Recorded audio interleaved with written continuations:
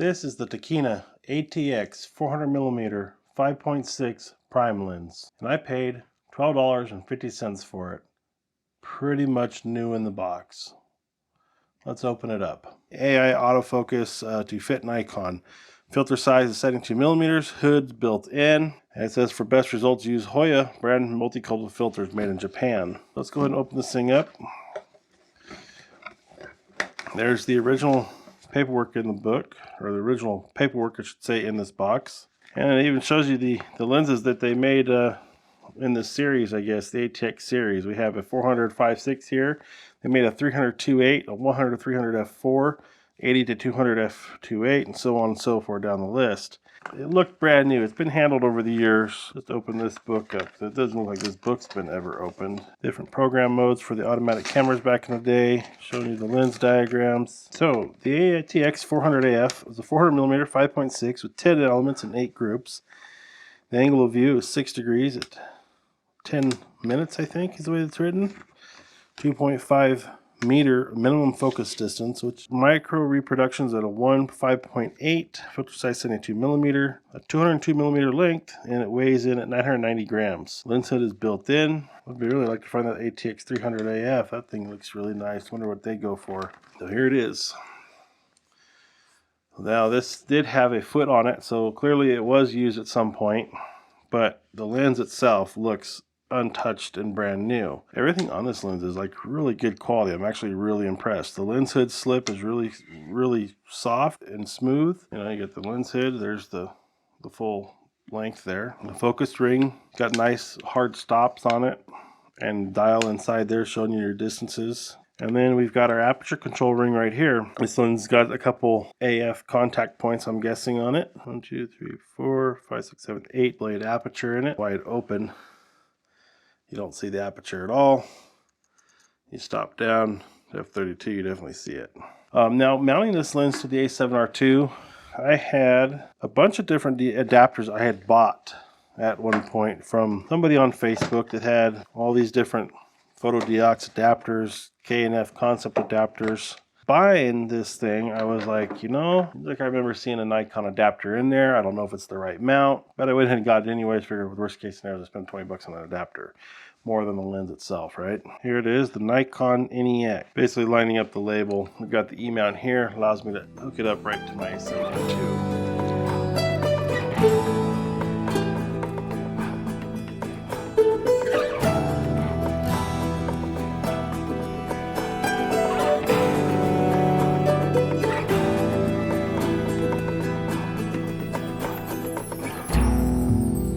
Called the I-20 Nature Preserve because I-20 right out here. It's heavy. It's a good, nice, solid feeling lens. So far, the couple test shots I've done have been pretty nice out of it. So I wanted to get out here with some range, hopefully maybe see some birds and see what we can do today on it. Even though the lens was autofocus originally, I don't have the autofocus drive for it. So we have a manual aperture ring here that twists, and then you have your manual focus ring up in the front, and that's it. Because it's a 400mm prime, even though it's old and a vintage piece of glass, I'm hoping to actually get some good results out of it. We don't have very many nice places here in West Texas, but this is one of them. They've got a big long loop around this land that they've made into a nature preserve. Nice long trail ahead of us, and makes for some nice photography. Sometimes it's really overgrown right now. They haven't trimmed it back in a while. So one of the things you have to do when you're shooting these vintage lenses is you kind of have to remember what your aperture settings are if you want to go back and know that data. If it doesn't matter to you, then that's fine. But the camera will still record its shutter, its ISO, but you won't get the aperture. And that's because it's all manually controlled in the lens. The camera has no idea what's happening. Right now, things out of focus. Let's get the focus brought up to infinity just so we can see something out here. And I've got focus peaking on, and let's see if we can see some of these ducks sitting up here.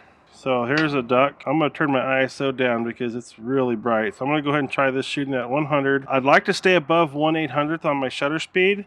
So let's go ahead and bump our ISO up to about 250. I want to be slightly overexposed with this shot. Okay, let's do F11. Let's take a look at it. Let's see how we're actually looking Let's zoom into these shots. That's pretty impressive, honestly. There's a lot of chromatic aberration in this lens at this scale, but we are zooming in so far. Focus peaking's always off a little bit. You gotta really learn that focus peak, because sometimes it's off from your focus and it's hard to know you're getting, like, these are blurry duck. Having a tough time getting a sharp image of these ducks, I'll tell you that. How you guys doing? Doing good? Yeah. I don't want to get bit by a lot. You won't get bit by them, I promise. We're going to switch to f11 now, and we're going to go in APS-C mode. Alright, it's a really tough situation with the backlighting of the sun, so we're going to continue on and see. I got a little bit there, but not much. There's some big splashes happening out here. These ducks taking baths. We're going to see if we can't get any of them. This is f16, 4K, ISO 800, S-Log2. Overall, I'm really enjoying this lens. It's working really, really well, and it does have a few quirks that I'm gonna have to work around and get figured out. It doesn't have the best time grabbing focus with focus peaking on. Like I said, you've got to really fine tune this wheel adjustment, and it seems to move it quite a bit in the video image or the viewfinder image of where it's actually at. One of the things I'm finding that I have a difficult time is getting that focus right. So I'm gonna go ahead and turn on my focus magnifier, and I'm gonna program it to one of my custom buttons right now. So let me get that done. It's going to be a bokeh test for this lens. We are going to film this in 4K 24p. This is at 5.6. This is ISO, or this is f-stop at 5.6 for your bokeh. We're going to move now to f8. What's f8? f11.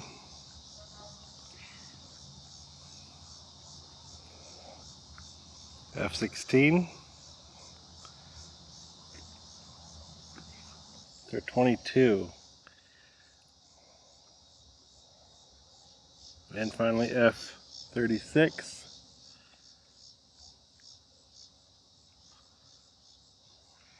As far as the lens itself, it's a really good quality build. You know, it's got the foot on it here that allows you to loosen it and turn it to portrait mode. It's a very smooth actuation, so you can get into the portrait either way you want to turn it. Markers on it at 0, 90, and 270 degrees.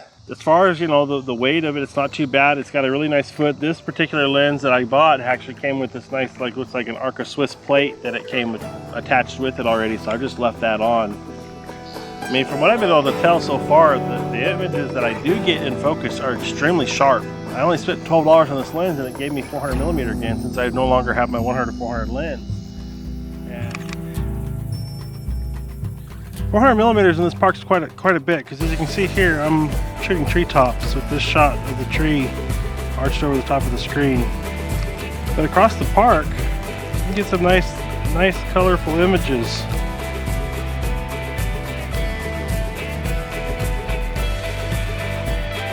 Let's head down.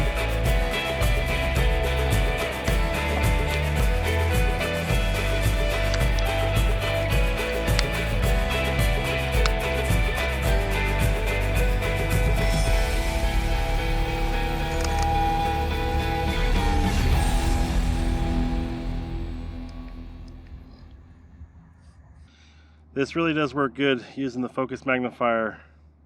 You can get in on the butterfly, really see the detail, make sure you got the shot before you take it. So we're shooting f11 on these guys with this lens. Let's try f8, get some light in, see if I can bump up my shutter speed to get a little bit sharper image. I mean, that guy is pretty sharp right there.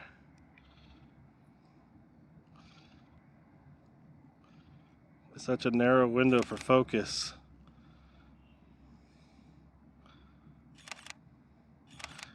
But he's there.